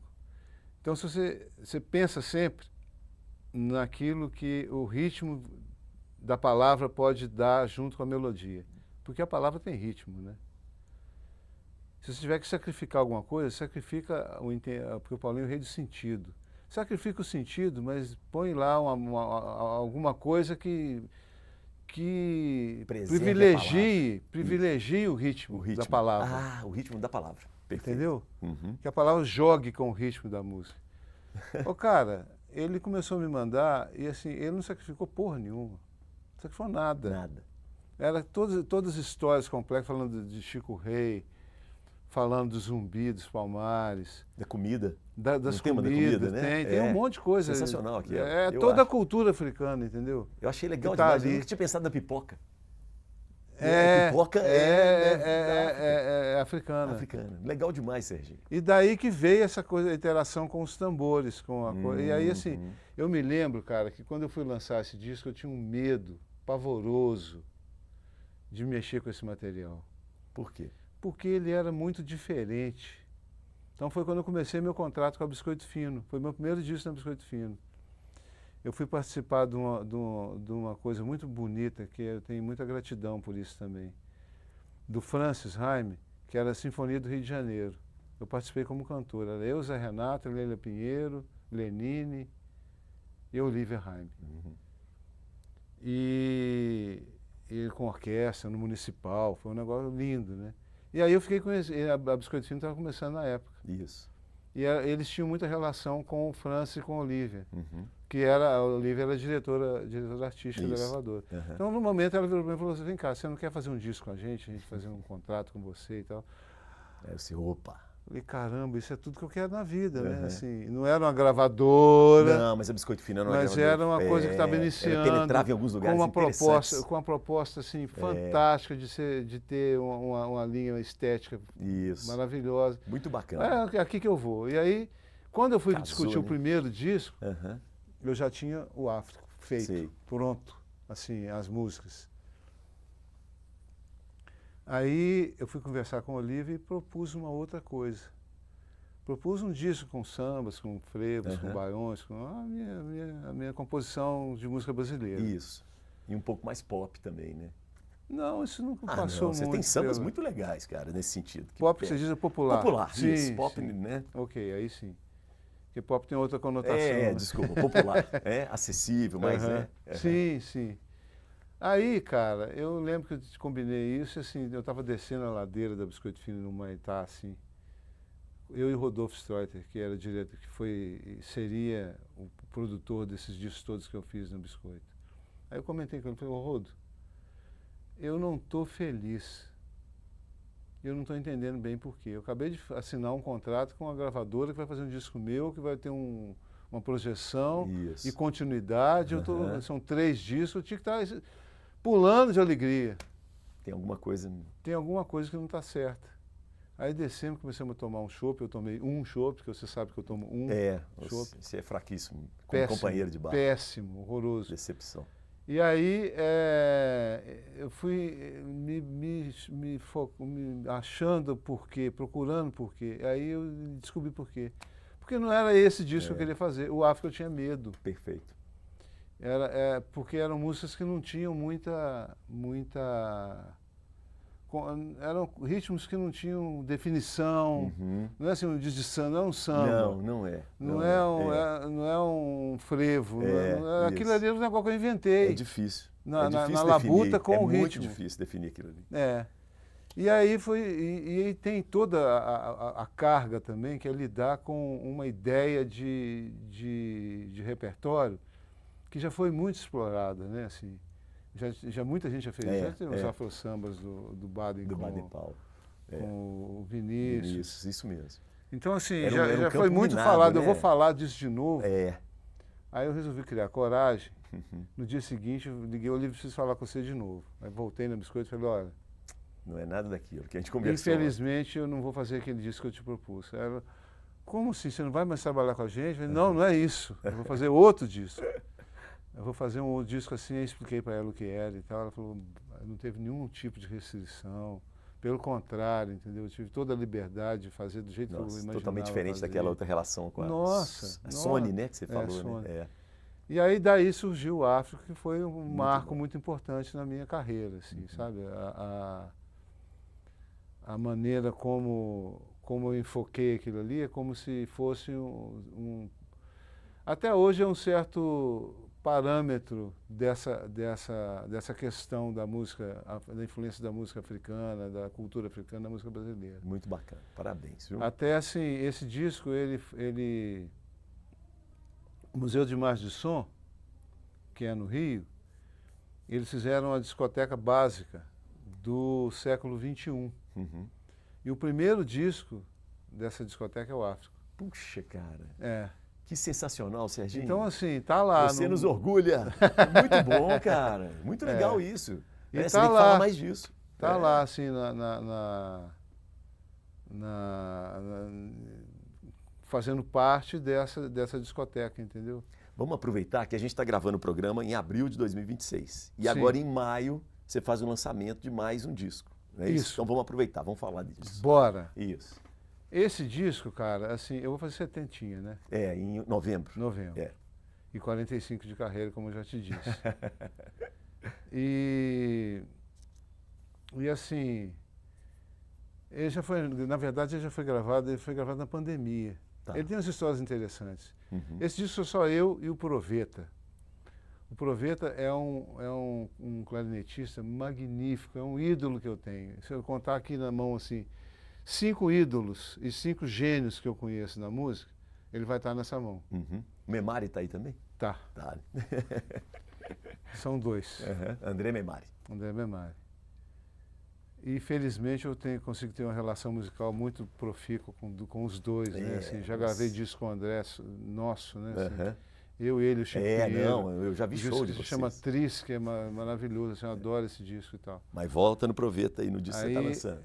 Aí assim, eu gravei durante a pandemia esse disco com ele, e somos só nós dois, e só sambas, que é um caminho que sempre me atraiu. É a minha mãe. É carioca. A minha relação com a minha mãe é o samba. Boa. A música nordestina, que eu já vou lançar, vou fazer um outro trabalho também assim, que já está pronto, É seu pai. é meu pai. Lindo. E aí, assim, depois disso já estar sido gravado, aquela época pós-pandemia, aquela confusão, aquela coisa que não acontecia porra nenhuma, né? Era uma cagada horrorosa aquele tempo. Triste. Muito. Eu pensei, falei, caramba, eu escutei assim, falei, tem algumas coisas aqui que me remetem a ter cordas, orquestra de cordas.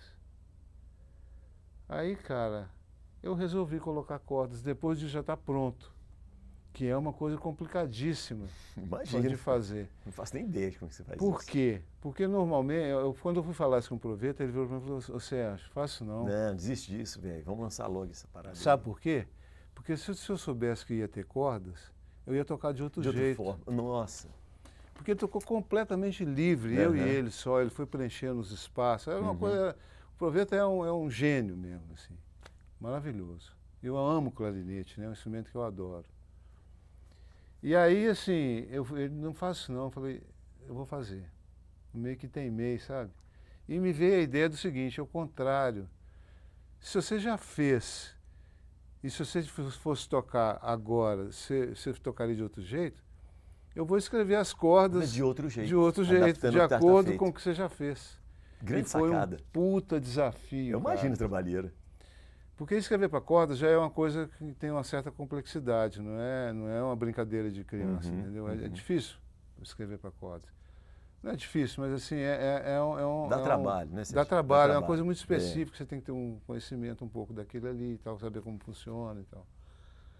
E aí, além disso, eu tenho que pensar no que ele fez. Então, assim, se ele fez uma coisa numa região muito aguda, eu não posso levar as cordas para lá.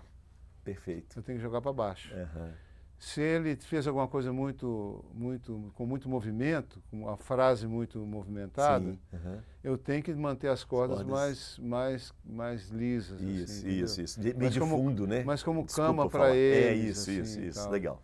Então, assim, foi um exercício fantástico. Eu acabei gravando 4 faixas com cordas. E... Tem quantas faixas o disco? Tem 13. 13? Faixas, é. Legal. 4 faixas com cordas, que é com orquestra na Estônia. Meu Deus, Serginho. Como é que você descobriu essa orquestra? Eu já tinha um contato, uma relação com a orquestra, com um maestro que trabalhava com orquestra em São Petersburgo, na Rússia. Na Rússia. Lindo. E já gravei coisas com eles, assim, gravei pro disco da Maíra, Maíra Manga, que é uma cantora fabulosa. Claro. E aí esse maestro... ele trabalhava com essa orquestra. Aí com a guerra, ele parou de trabalhar e montou uma outra na Estônia. Ah, cara, poxa, entendi. E daí foi. Entendi. E assim, e por que gravar com a orquestra estoniana? Estoniana, boa, estoniana. E não com a orquestra brasileira. Por quê? Por quê? Porque assim, botando na ponta do lápis, é 10 vezes mais barato. Não acredito, cara. 10 vezes mais barato. Onde que é mais barato, Serginho? Por quê? Onde? Por que é mais barato? Porque eu tenho uma orquestra com 24 músicos. Que para eu montar uma orquestra com 24 músicos aqui, eu gasto uma fortuna. Lá eles já tem o estúdio montado. E assim, eu não pago, por exemplo, regência. Isso. Não é em termos de qualidade artística, mas é em termos de produção. De produção. Né? Entendi. A logística, por incrível que pareça. Até hoje é um pouco nebuloso para mim, porque é tão barato. Por cada faixa que eu gravo, eu não vou falar o preço, não vou chegar nesse precisa. ponto. E eu também não tenho noção, não vai fazer diferença nenhuma para mim. Mas é 10 vezes mais barato cada faixa. Tá. Que coisa, hein? E será aí, que é uma economia mais... E aí, assim, você tem que ter um cuidado muito grande para escrever. Por exemplo... porque a linguagem é basicamente musical, né? Do instrumento, não tem... Se eu errei uma nota, eles vão tocar errado. E não dá para você... Não dá para coxambar, eu não estou lá, eu não vou para lá. Perfeito. Para a gravação. Então, assim, que bacana, hein? é muito... Você tem que ser preciso, é muito exigente isso aí, você tem que fazer com muita precisão. E aí vem, o que vem é fantástico, porque são músicos maravilhosos, é a praia deles, né? O tambor é nossa, lá lá é. Vamos dar a César o que é de César, né? Exatamente. Muito bom. Qual que é o nome do disco, Serginho? Todo samba. Todo Samba. É. Legal. Quando é que você lança? 15 de maio, Onde? pela Biscoito Fino. Tá. Ainda Não tem nenhum show nenhum ainda não. show Tá. certo para isso, não. A velha e boa Biscoito Fino. A velha e boa Biscoito Fino. Muito bom, cara. Junto com esse disco tem mais algumas outras coisas que são prematuras de eu contar. Tá. Mas vai ter acontecer um tanto de outras coisas aí por conta desse setentinha, né? Legal, claro. Não é só cesta de 3 pontos. Por falar em 70, você acha que a nossa sociedade está preparada para pessoa idosa, Serginho? Já melhorou muito, mas acho que ainda não. O que melhorou, na sua opinião? Assim? A visão, da mesma forma que você pensa bem, o progresso da ciência, ela levou a existir uma população idosa cada vez maior. Sim. Ela vai aumentando, né? Antigamente, você pensar numa pessoa com a minha idade, com 70 anos, estava já um decreto. Se já não estava debaixo da terra, estava indo. Entendeu? Isso, exatamente. Estava no lucro, exatamente isso. E assim, hoje em dia não é assim, né? Então a sociedade ela tem que se adaptar a isso aí. E qualquer adaptação dessa é um processo. Perfeito. Você vê o racismo, por exemplo, ou a homofobia, ou a questão da mulher. A gente vai avançando nessas questões. Isso. E tudo isso está no idoso também, né? No idoso, a mesma coisa. O idoso negro não, vive menos que o idoso. Exatamente, é o preconceito com a velhice, né? Como é que chama? Interseccionalidade, que chama. É o nome disso? Esse nome é chato. É meu ídolo. Não, mas é porque os preconceitos atravessam a geração. Exatamente. Isso aí. Então, assim, é um pouco processual isso. É um processo que mas na música a gente está inventando. Mas os músicos a gente tem visto, assim, artistas longevos, né?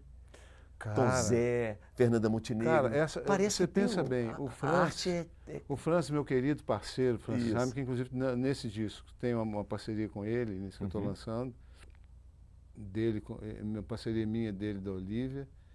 Tem a Leila Pinheiro cantando, tem a Maíra Manga, que é uma cantora fantástica. Mas também. ela não é pessoa idosa. Não. Então, você não pode falar agora. Né? Mas eu sou. Você está só no 65 mais. Eu estou achando interessante. Francis, Olivia, não é? A Olivia tem 80 anos. Cara, eu acho que a arte ela é um exemplo para a sociedade seguir. Sim.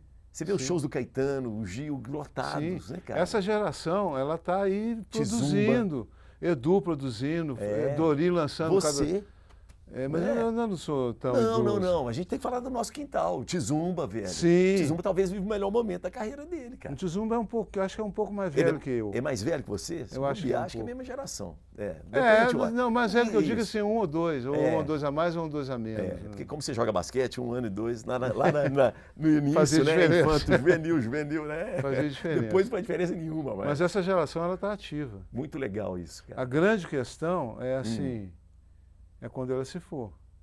Tá, mas... Que é o que vem. Não, vai vir. É complicado. Não. É complicado. Deixa vir. Sim, deixa vir. Mas cara. assim, esteticamente, você pensa bem, a referência da minha geração... Tá, sim. Foi a geração deles. A diferença da geração deles... A minha já é outra. É o rock nacional. Sim. A referência da geração deles... Já foi lá a geração do Noel. Noel, isso mesmo. Dorival. Tudo bem, cara, mas em algum momento Chico e Caetano também foram detonados pelos mais velhos, né? Eu acho que isso é interessante a gente pensar isso assim. Mas né? não é nem. Eu acho que assim, é uma questão de. Para mim é uma preocupação. Porque eu não consigo muito entender para onde vai. Se preocupa com isso não. Entende? Eu acho que assim, o Elias, a gente vive um momento muito complicado, eu acho, assim, na nossa sociedade em geral. E isso não está restrito ao Brasil. Se for pensar, olha só que coisa interessante da gente pensar. Hoje em dia, a gente não escolhe o que ouvir. O Spotify dita para a gente o que a gente tem que ouvir. A gente não escolhe o filme que vai ver. O Netflix E as A plataformas... partir de um que você viu, ele te manda várias, Sim, né, sugestões. ou seja, a gente deixou de escolher Ó, não, mas muito... peraí. Vamos chegar, vamos Tá, chegar. tudo bem. Vamos chegar. A gente está deixando de exercer paulatinamente um direito de escolha, de raciocínio e de compreensão das coisas que a gente construiu durante muito tempo. Então, até para você, as pessoas podem até achar que eu estou sendo retrógrado nisso, mas não é. Não. Assim, por exemplo, o GPS já te diz para onde é que você vai. Você entra dentro de um Você Uber aqui e fala assim, muito. me leva na Praça da Liberdade. Se o cara não tiver o GPS, ele não vai saber chegar na Praça da Liberdade. Não, entendeu? Verdade. Então, a gente está se sujeitando a deixar de ter um comportamento de procura, de busca. Sim, mais ativo. Exatamente. Né? A gente está deixando isso aí debaixo do tapete para que isso seja vendido para nós. E o pior é isso. Né? Então, assim, é como se esse tipo de indústria, né? Porque isso acaba se tornando indústria também. Claro. Né? Eles te tiram essas habilidades que a gente está deixando de desenvolver para te vender elas de outra forma. Eles quebram a sua perna para te vender bengala. Bengala. Bom. Entendeu? Sim. Então é nesse sentido que eu você fico fica pensando. temendo. A sociedade, o discernimento do que vem pela frente, do que é a música. Hoje em dia, assim, você imagina assim, quem é capaz de sentar num lugar bonito como esse assim, pegar onde quer que seja. Isso. Pode ser no Spotify, não sei o quê. Escolher um disco, um álbum, e escutar 10, 15 músicas que sejam, ou seguidas, de um único compositor. Não tem isso. Não tem isso mais. Não tem mais. Não tem. Isso aí não tem. Acho que não tem volta isso aí, não. Não tem. Acho difícil. Agora, essa geração, é interessante isso também. Porque com isso houve uma dilapidação imensa da minha profissão. Então você pensa assim, da sua geração não, mas da sua geração para baixo, nunca existiu o hábito de comprar música para ouvir. Quando você fala com um jovem hoje, que a minha geração comprava música, comprava disco, comprava CD, fita ou cassete. LP, fita cassete, ou o que seja, comprava um meio... Ficava esperando chegar. Um meio físico, ou até um pendrive que seja, comprar. Sim. Hoje em dia não existe mais isso, você não compra música, você não compra a música de quem fez. O que você compra é a sua assinatura de uma plataforma. É como se eu pagasse a rádio para tocar. E essa plataforma ganha um puta dinheiro e eu que não não. Repassa. Entendeu? Então, me foi vendido uma ideia... O esquema do jabá do rádio evoluiu demais. Né? Muito. E me foi vendido uma ideia de que isso ia democratizar. Que ia democratizar, você não vai ganhar mais como direito autoral, por exemplo, mas você vai fazer muito mais shows. Uma puta mentira. Isso se demonstrou ser um terreno minado, uma falácia. Entendeu? Então, assim, isso não se concretizou. O que me prometeram não foi isso. Legal que você falou. Hoje. A gente não tem noção de pagar, né? Que a música é um serviço que foi feito e que você pagaria por ela. Muito interessante. Então, assim, é interessante. É muito maluco isso. Qualquer profissão, se você se aprimora nela, se você evolui nela, se você se torna cada vez melhor nela, você vai ter mais possibilidades de sucesso. Essa palavra sucesso eu detesto ela. Também não gosto. Não. Mas você vai ter mais possibilidade de se dar bem, de trabalhar. Trabalhar. Aquilo que você faz. Ótimo. A música é exatamente o contrário. Eu sinto isso, eu percebo isso claramente. Quanto mais eu aprimoro, e eu tenho aprimorado isso com o passar do tempo, isso não é uma fantasia da minha cabeça, o que eu faço hoje para mim é mais elaborado do que eu fazia há 20 anos atrás, ou 30, ou 40. Ainda bem, né? Ainda bem. O que eu faço hoje, o espaço vai cada vez se restringindo mais, vai ficando cada vez mais restrito, entendeu?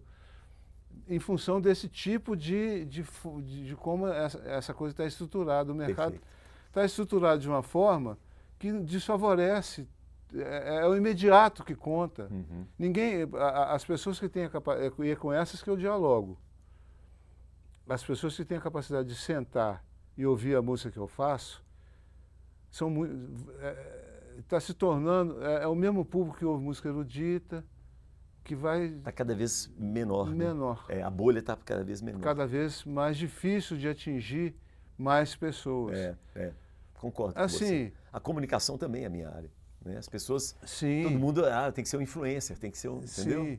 Isso interfere na minha criatividade? Não, Não. zero Aham. de interferência. Tá. Mas isso interfere na sua forma produção. como eu interajo com uma coisa que se chama mercado, que eu tenho que interagir porque eu preciso ué. viver. Exato. O artista Entendeu? quer que as pessoas consumam a arte dele, Sim. né? Entendam a arte dele. Sim, Né? sim. Serginho, nós estamos indo para o final. Ah, não, que isso? Ué, mas não tem Eu nem jeito. meti o pau no que eu tinha que meter Não, aí. eu abusinei, você ficou vacilando aí, né? Pô, que Legalização da cannabis. Essa pergunta eu preciso fazer para você. Nota 10. É. Nota 10. Eu fui... Tanto a medicinal quanto a recreativa? Como é que é?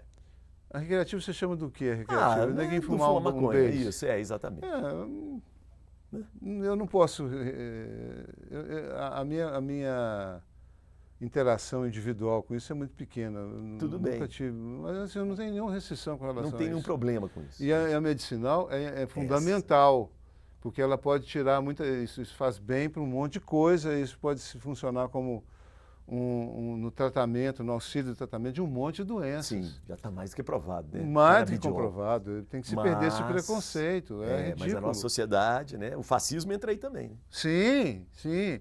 Mas é ridículo você pensar que tem gente que criminaliza isso, ou que quer criminalizar isso, ou que quer restringir isso. Eu usei durante um período pequeno. O canabidiol. O canabidiol. Foi bem?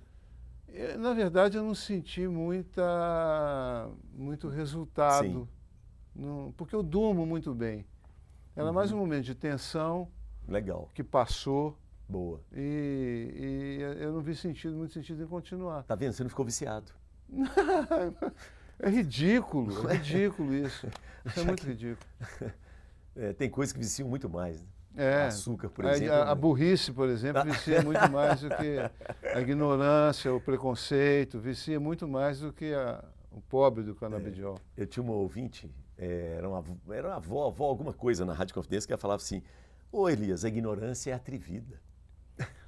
Cara, a ignorância a gente está passando. É o que eu vinha falando antes aí, assim. Esse momento, ele acaba privilegiando a burrice, entendeu? A dificuldade de você buscar a raiz das coisas, de você raciocinar para você poder entender o que uma determinada ideia quer dizer com uma certa profundidade maior. É tudo superfície, tudo boiando. E isso não é retrógrado falar isso. Não. Pelo contrário, eu acho que assim... Isso é a essência da vida. Isso não tem nada a ver com ser contra a tecnologia. Mas a tecnologia está levando a gente para um caminho muito complicado. Porque a gente está deixando, né?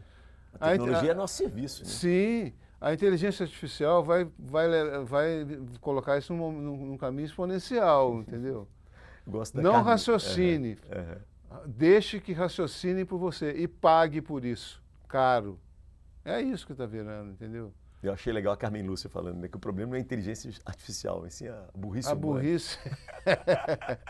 A burrice natural. Natural. E aí, você está nas redes sociais ou antissociais aí? Eu tô. Eu não sou muito. Eu fui muito assíduo a isso em dois momentos importantes. Um foi na última eleição. Sim, que você eu se posiciona, publiquei você puxa. muita coisa. Você escreve muito bem, Sérgio. E a outra foi sempre quando eu estou lançando algum trabalho. Agora, Perfeito, por exemplo, eu estou voltando tá a ser ativo nisso, porque... Não, o seu Facebook é muito legal, né? Você gosta muito do Facebook. Sim, sim. Qual que é? ssantos.bh. Não, S. Santos. Nada disso. Sergio.santos.bh. Tá. É meu nome cheio de pontinho com BH. Com BH. Sergio.santos.bh. Ali você vai achar tudo. Legal. Eu queria te falar um negócio antes de você acabar, que você já está indo para o final do caminho. Né? Isso, já percebeu. Porque, assim, esse setentinha, cara, ele te põe a ter um certo... É engraçado, é um marco. E você começa a olhar para trás. E, assim, outro dia eu escrevi um negócio que é muito interessante. sempre respondo a mesma pergunta. É uma perguntinha recorrente. Por que é que você, depois de todo esse tempo, agora vai vir com essa história, né? Depois desse tempo, fazendo a música que você faz, você não se tornou um artista conhecido como você mereceria ser? Essa é uma pergunta recorrente. E eu pensando sobre isso, cara, eu tenho que responder isso de uma única forma. A música que eu faço, ela expressa o que eu quero expressar com ela, meu universo. É essa pergunta que eu tenho que responder. Não se ela vai atingir multidões ou poucas pessoas, ou se ela vai me levar a ser famoso, ou vai me levar para o ostracismo. Essas questões, elas não cabem, entendeu? Então, assim, eu achei interessante pensar na continuidade da carreira, que é uma coisa que disso eu tenho orgulho. Beleza. Que é, assim, ter mantido esse raciocínio de não me mudar em função do que esperam de mim. Isso não é uma questão para mim enquanto eu estou criando, entendeu? O que não me trouxe muitas glórias, mas são coisas que não me interessam muito ter. Sabe qual é a minha maior glória? Sim. De fato mesmo, assim? É que os meus grandes ídolos, pelo menos a maioria deles, admiram o que eu faço. Massa. Alguns deles são parceiros. Isso. Paulo César Pinheiro é meu parceiro e gosta do que eu faço. Dori Caymmi é meu parceiro. Francis Raime é meu parceiro. Edu Lobo gosta do que eu faço.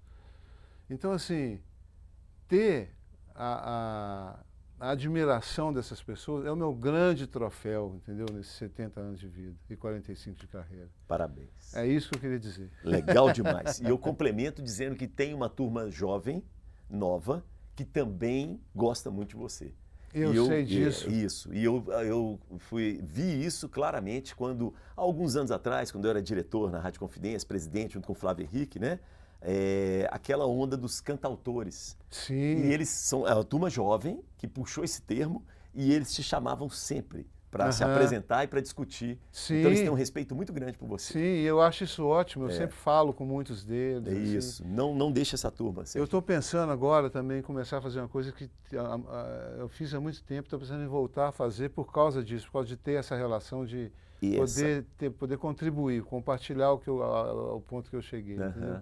Que é, de repente, começar a dar aula. Boa. Eu acho isso fantástico, Serginho. Eu acho que é uma forma de compartilhar a aula de composição. Como é que eu faço? Muito bom. É difícil, talvez, começar isso para mim, porque eu tenho que sistematizar o que, para mim, é completamente sem sistematização. É mais um desafio. É mais um desafio.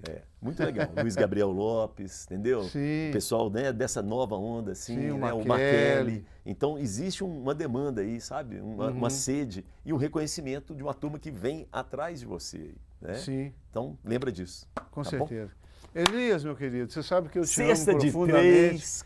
Nós estamos juntos. Mais um lance livre. É um prazer enorme. E precisamos fazer outro programa desse. Não, vamos fazer, calma. Nós não falamos nem a metade. E amanhã tem pelada de basquete, viu? Tamo Você lá, dá seu jeito. Tamo lá. Chegamos ao final, né? Final do nosso programa. Maravilhoso, grande Serginho, figuraça. E ó, eu queria lembrar você, a gente também, né? Estamos aqui no YouTube, você está assistindo, mas se inscreva no meu canal.